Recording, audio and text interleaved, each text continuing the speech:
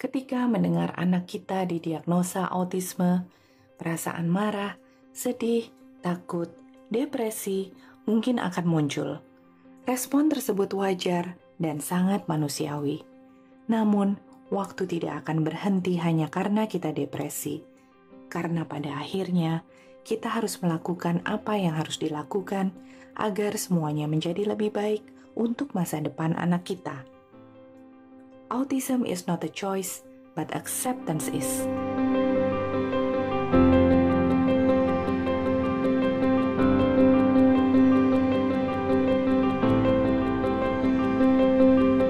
Umur 4 tahun waktu TK.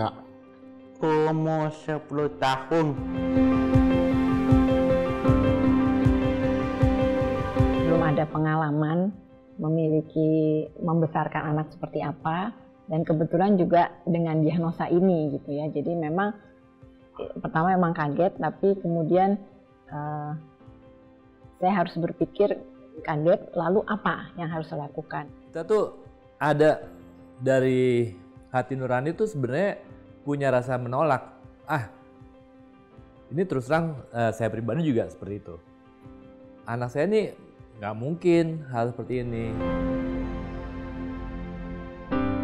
Mencoba berbesar hati untuk menerima keadaan Dava seperti itu. Karena kalau kami tidak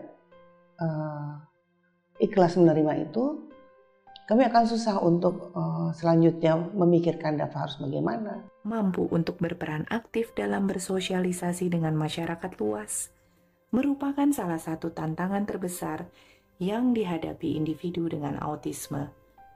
Untuk itu, diperlukan bimbingan orang tua, keluarga, dan pendidik agar individu dengan autisme lebih mampu dan lebih percaya diri untuk mencoba.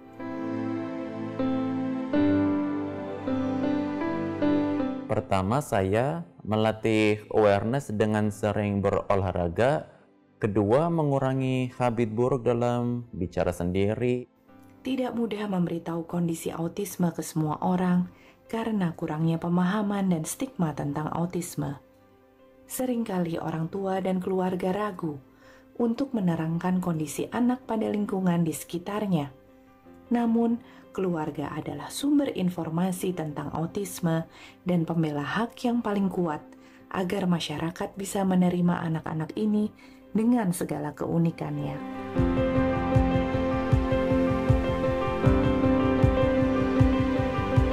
Tolong kasih mereka kesempatan, walaupun mereka berbeda dan perlu dilatih, tolong latih mereka. Saya berharap masyarakat bisa menerima ABK dengan baik seperti menerima anak normal. Tidak sedikit dari para orang tua dan pendidik yang belum mengetahui bagaimana caranya menemukan dan mengembangkan minat dan bakat anak. Beberapa pendidik yang telah memiliki pengalaman luas kali ini membagikan tips dan perspektif.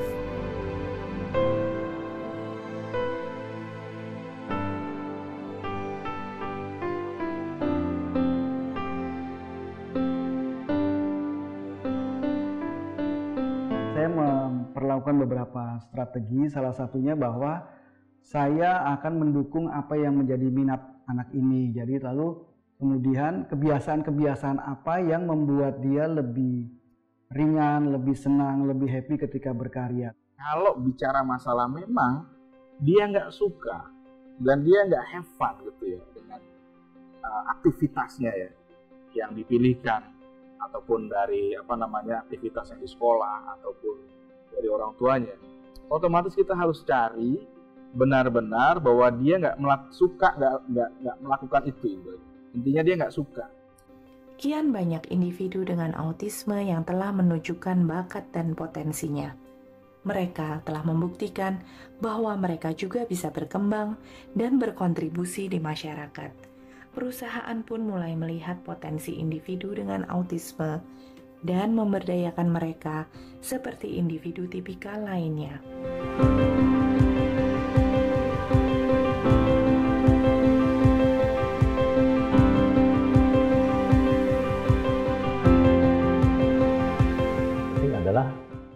anak itu menguasai keterampilan dasar dari bidang yang nanti dia akan kerjakan.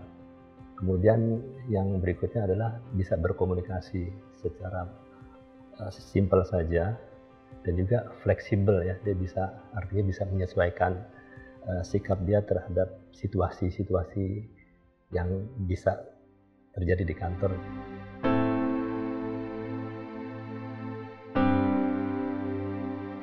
Seharusnya sih semua ya yang ada nggak ikut gitu loh, menerima dia sebagai karyawan yang biasa gitu kan, sehingga dia juga menganggap dirinya, oh iya saya ini dianggap sama aja gitu loh. Dia benar-benar harus memahami dulu karakteristik atau hal-hal apa yang terkait dengan anak autis ini. Kita tidak tahu masa depan seperti apa yang terbentang, namun setiap manusia berpegang erat pada harapan bahwa besok akan lebih baik. Harapan itu yang membuat orang bertindak, termasuk individu dengan autisme.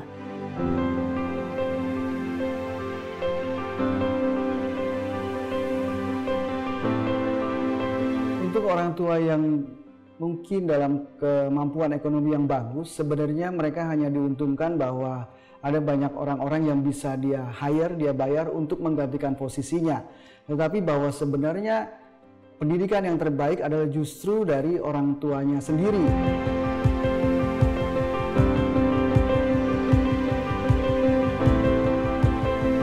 Empati. Semua pendidik, terutama pendidik anak-anak spesial, itu harus punya empati yang tinggi kepada setiap anak-anak didik spesialnya mereka.